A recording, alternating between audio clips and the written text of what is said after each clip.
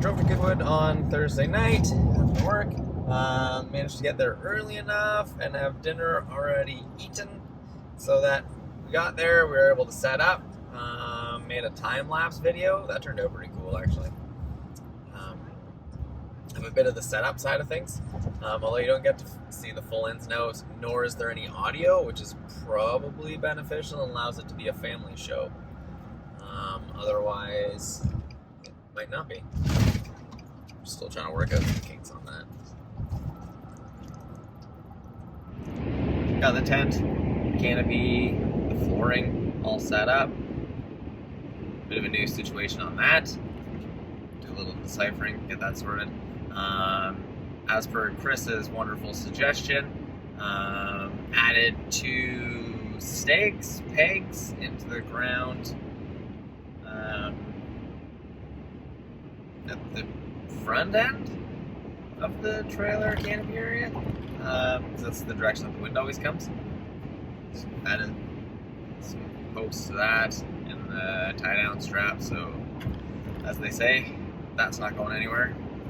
So, got all that sorted. Talked to Dale that night and Ronnie. And that was Friday. That was Thursday night. Friday night. That was Friday night. Saturday was up way before any person wants to be awake on a Saturday. So that kind of sucks, but it's just the way it goes during race season. Friday night was good. Had the heat. Perfect. That ran well. Saturday was good. Got all set up. Went down to the... Wait, where did we do Saturday? Got all the stuff sorted, ready to go. Had the driver's meeting first thing in the morning at like 7:30. No, it was like 8 o'clock, I think, by the time that thing fired up. Did the driver's meeting, the kart raffle, the whole thing all sort of in one. We drew kart number 56. Doesn't really mean anything. Kart was fine, normal. Scott and Jade both had sessions in the kart, in the engine, or the kart break-in session. Then we had a practice session. So in that one we had Keaton, Robert, and Jade do 5 to 10 minutes apiece in the practice sessions to get a feel for things. Track conditions were still not ideal, still wet and cold and bleh. So that was that. Then Scott went out to do qualifying. I managed to get us a 60-second time penalty to start the race, as apparently I was in charge of telling Scott for when he was filling up the gas tank on the kart, because there was a line that we were not allowed to go above, and we did, because I was guesstimating and his eyes don't see very well. So, such is life on that. Karts were actually half decent. I was impressed with the way they handled and drove. They were brand new karts, which probably helped us significantly. We had new tires, all that sort of good stuff with it. The karts themselves are probably like a foot longer. I don't know. It seemed like a lot longer. Bigger tubing than what we're used to, which made them increasingly incredibly heavy compared to what we're used to. But they did a good job running in the dry. I didn't have any issues with it there. In the wet, that's where it actually, I found it came alive. I have no idea how the typical arrive and drive racer races these things in the rain, on slicks, and still manages to get around the track without just spinning at every corner. And after yesterday, I figured out how they do that. It actually still has a little bit of grip in it in the rain. You drive a typical rain line, but I don't know what it is about the karts, but they still manage to be able to get around it without any or too much issue. So it was really interesting to driving that. I think my first hour and a half session or stint in the race was the last hour and a bit of the first half of the race. And it started off dry, got wet, dried up a little bit, and then poured with rain, and then dried up again. It was best of all worlds, apparently. It was something else out there. But it worked out, it was fine, it was fun. Cars were good. Now, one area for possible improvement is Jade's driving. Now, she went out in her first stint of the race. Now, mind you, this is her first time in a race scenario with 17 other karts, all pushing to the full potential of the man and machine, and it no holds barred out there. Not necessarily the best place to start. So she did some time with that. The stint was about half as long as what we anticipated, and then she came in, and that was the end of her driving for the day. But got her feet wet, jumped 2 feet into the deep end of the pool to start off with, so everybody was proud and happy that she at least got out there and attempted it, which is a lot more than what a lot of people would do, so it was great. And she apparently has a newfound appreciation for the rest of the folks that race all the time. Alright, so it was like going to the midway. Just for some of the laps. First couple laps, well, we just talked about it. You did 3 spins on your opening lap in practice where you're only allowed to go half throttle. So there was some room for improvement from there, but that's okay. You gotta start somewhere. Everybody starts somewhere. Out on the 3/4 speed lap. This is where we started. So it was okay. And then it actually got better and better and better. And then in her race stint, I thought she did great. She learned how to wave people past, kept the line consistent, which again is a very important thing. So people were able to go around, move around. So they knew what to expect and where they needed to go in order to get around. And I think that's fantastic, because then it causes you from getting in wrecks and causes them hitting you or you hitting them, all those sorts of good things. So I thought that was just awesome.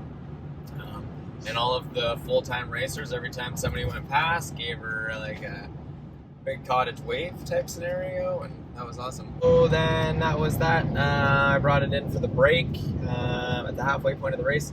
Did a yellow, red flag type scenario. We all came in. I was the first kart that actually paid attention to the flag, so that on the next lap I came into the pits. So we were rewarded with starting on pole for the restart. So that was Robert's job. We had some housekeeping items to take care of on the kart, and some refueling. This time I was not in charge of the line on the refueling, so we didn't get any extra penalties. So that's fine. Robert went out, crushed it in that was his second stint. So he was done for the day at that point. Went out, drove some good, consistent laps, which was great. Kept us in the hunt. I think we picked up a few spots out there again. He came in. Scott went out.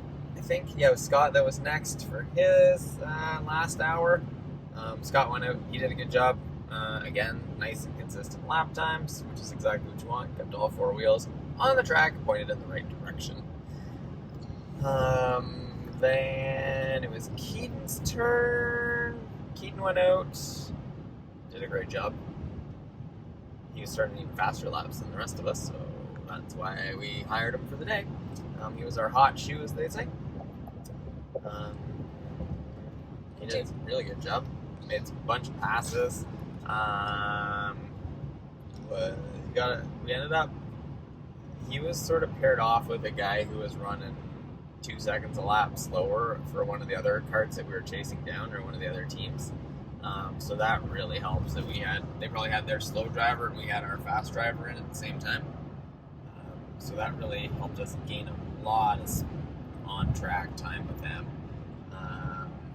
I'm assuming they would have had to come in and pit though, one last time.